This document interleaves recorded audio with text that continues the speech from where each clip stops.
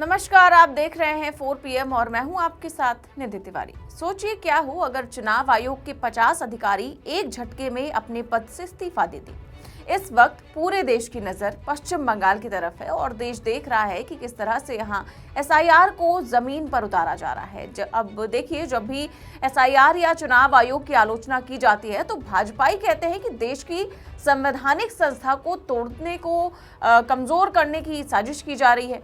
लेकिन उस संवैधानिक संस्था को विपक्ष क्या कमजोर करेगा जो खुद अपना काम व्हाट्सएप के जरिए करती हो। जी हाँ, चुनाव आयोग जैसी बड़ी संवैधानिक और जिम्मेदार संस्था इस समय व्हाट्सएप के जरिए चलाई जा रही है और आज यही कारण है कि आयोग के कर्मचारी एक एक करके चुनाव आयोग का काम छोड़कर भाग रहे हैं। आप आज तक की इस खबर को देखिए जो कहती है कि बंगाल में SIR पर बवाल, 50 BLO ने दिया इस्तीफा, BDO ऑफिस में जमकर तोड़फोड़। तो इस हेडलाइन से आपको अंदाजा हो गया होगा कि किस तरह से पश्चिम बंगाल का चुनाव ज्ञानेश कुमार के लिए कहर बनकर टूट रहा है। आगे इस खबर में क्या लिखा है और वो कौन सा व्हाट्सएप मैसेज है जो ज्ञानेश कुमार के जी का जंजाल बन गया है, बताएंगे आपको अपनी इस रिपोर्ट में। वैसे तो आमतौर से चुनाव से पहले राजनीतिक दलों में भगदड़ मचती है, लेकिन जिस तरह से इस वक्त पश्चिम बंगाल में SIR को जमीन पर उतारा जा रहा है उसने चुनाव आयोग में भगदड़ मचा दी है। ममता दीदी ने भाजपा से पहले चुनाव आयोग की ही हालत पतली कर रखी है, बाकी की कसर चुनाव आयोग खुद अपने पैरों पर कुल्हाड़ी मारकर कर ले रहा है। आज तक में छपी इस खबर के मुताबिक पश्चिम बंगाल के मुर्शिदाबाद जिले के फरक्का ब्लॉक में SIR प्रक्रिया को लेकर हालात लगातार तनावपूर्ण होते जा रहे हैं। SIR के नाम पर आम लोगों को परेशान किए जाने का आरोप लगाते हुए फरक्का ब्लॉक के सभी बूथ लेवल ऑफिसर्स ने एक साथ सामूहिक इस्तीफा दे दिया। ये इस्तीफा बुधवार सुबह फरक्का ब्लॉक इलेक्शन ऑफिसर यानी कि ERO को सौंपा गया। अब आप सोचिए, जो खुद चुनाव आयोग के इतने महत्वपूर्ण योद्धा हैं, जिनके कंधों पर पूरी चुनाव की प्रक्रिया टिकी हुई है, अगर वो ही चुनाव आयोग छोड़ देंगे तो चुनाव आयोग का क्या हाल होगा।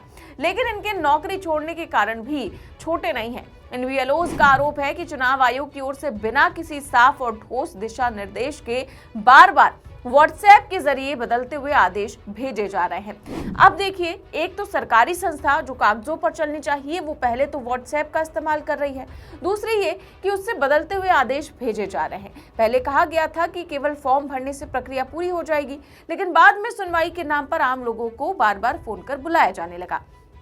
इसी SIR प्रक्रिया के तहत हुई सुनवाई के दौरान फरक्का BDO कार्यालय में तोड़फोड़ की घटना भी सामने आई। बताया जा रहा है कि करीब 30 से ज्यादा BLO के एक प्रतिनिधि मंडल ने SIR प्रक्रिया को लेकर अपनी आपत्तियां रखी और ये प्रतिनिधि मंडल फरक्का के तृणमूल कांग्रेस विधायक मोनिरुल इस्लाम के नेतृत्व में पहुंचा था। इसी दौरान माहौल बिगड़ गया और तोड़फोड़ हुई। तो अब आप समझ सकते हैं कि आखिर किस तरह से SIR को लेकर न सिर्फ सरकार या जनता में आक्रोश पनप रहा है, बल्कि खुद चुनाव आयोग के अधिकारी आयोग के इस फैसले से कितने नाखुश है। तोड़फोड़ को लेकर आरोप लगाए गए कि विधायक मोनिरुल इस्लाम की SIR प्रक्रिया में धार्मिक आधार पर पक्षपात को लेकर दिए गए बयान के बाद स्थिति बिगड़ी। एक वीडियो में विधायक को यह भी कहते हुए सुना गया कि अगर कोई अपना नाम राम बताता है तो उससे कोई दस्तावेज नहीं मांगे जाते, लेकिन अगर कोई अपना नाम रहीम बताता है तो उसे परेशान किया जा रहा है। BLO का दावा है कि मौजूदा प्रक्रिया से कई असली वोटरों के नाम वोटर लिस्ट से कटने का खतरा है। जिन लोगों के 6 बच्चे हैं उनसे भी सवाल पूछे जा रहे हैं, जबकि संविधान में बच्चों की संख्या को लेकर कोई नियम नहीं है। BLO ने कहा कि वो सभी पेशे से स्कूल शिक्षक हैं और स्कूल की जिम्मेदारी के साथ ये अतिरिक्त और उलझाने वाला काम करना उनके लिए संभव नहीं है। BLO के मुताबिक आम लोगों के साथ अन्याय और अपनी पेशेवर जिम्मेदारी निभा पाने में असमर्थता के कारण उन्हें सार्वजनिक रूप से इस्तीफा देना पड़ा। इस पूरे घटनाक्रम से फरक्का ब्लॉक के राजनीतिक और प्रशासनिक हलकों में भारी हलचल मच गई है। वहीं इस पूरे मामले से ये बात तो साबित हो गई है कि चुनाव आयोग के टॉप अधिकारी SIR के लिए राज्य के अधिकारियों को व्हाट्सएप पर ऑर्डर भेजते हैं। आपको बता दें कि अभी कुछ दिन पहले ही इसको लेकर द रिपोर्टर्स कलेक्टिव में खुलासा हुआ था कि पश्चिम बंगाल में ECI के टॉप अधिकारी ने SIR के लिए राज्य के अधिकारियों को व्हाट्सएप पर ऑर्डर भेजे हैं। वहीं इस रिपोर्ट के मुताबिक पश्चिम बंगाल में चुनाव आयोग के सबसे बड़े अधिकारी यानी कि चीफ इलेक्टोरल ऑफिसर ने राज्य के अधिकारियों को व्हाट्सएप के जरिए अनौपचारिक तरीके से निर्देश भेजे।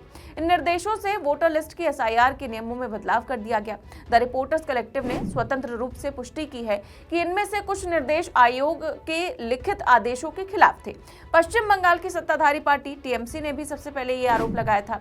वहीं द रिपोर्टर्स कलेक्टिव ने कई राज्य अधिकारियों और चुनाव आयोग के एक सूत्र के जरिए इन व्हाट्सएप मैसेजेस की सामग्री की स्वतंत्र पुष्टि भी की है।